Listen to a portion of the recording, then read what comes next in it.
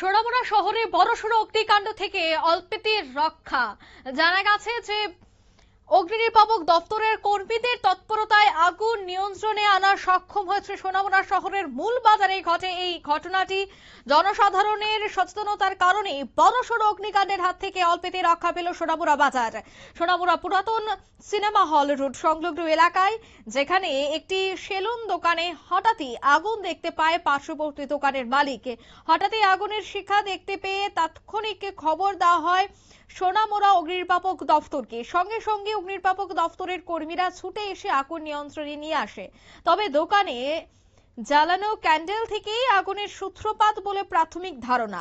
ক্ষয়ক্ষতির পরিমাণ আনুমানিক 20 থেকে 30,000 টাকা হবে বলে জানা গেছে। তবে এক্ষেত্রে উল্লেখ করা যে জনসাধারণের সচেতনতার কারণে পার্শ্ববর্তী দোকানগুলিতে আগুন ছড়াতে পারেনি। তা না হলে বড়সড় অগ্নিকাণ্ডের ঘটনার সাক্ষী হতো গোটা সোনামুড়া শহরের মূল বাজারটি।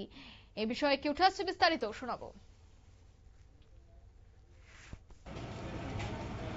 আসলে যে আমরা ফায়ার সম্বন্ধে আমরা সবসময় সচেতন করি এবং আমরা প্রত্যেক 14 এপ্রিলের সময় যে এপ্রিল মাস আসে 14 থেকে 20 অব্দি আমরা আগুন সম্বন্ধে সচেতনতা করি।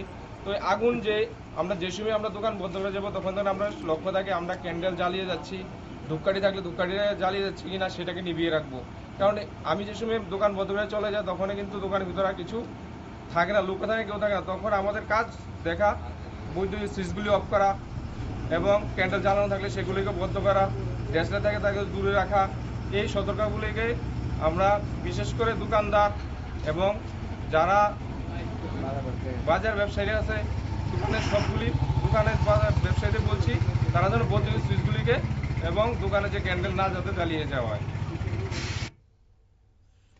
আপনারা শুনলেন, একদিকে সোনামুড়া শহরের মূল বাজার কিন্তু আগুনে পুড়ে ছাই হয়ে যেত, যেখানে লক্ষ লক্ষ টাকার ক্ষয়ক্ষতিও হতো, কিন্তু জনসাধারণের সচেতনতার কারণে এই আগুন বেশি ছড়াতে পারেনি। অন্যদিকে দমকল কর্মীদেরকে খবর দেওয়া মাত্রই তারা তড়িঘড়ি ঘটনাস্থলে ছুটে আসে আর এই আগুন নিয়ন্ত্রণে আনতে সক্ষম হয়। নিয়ে নিচ্ছি ছোট্ট একটি বিজ্ঞাপন বিরতির, সঙ্গে থাকুন।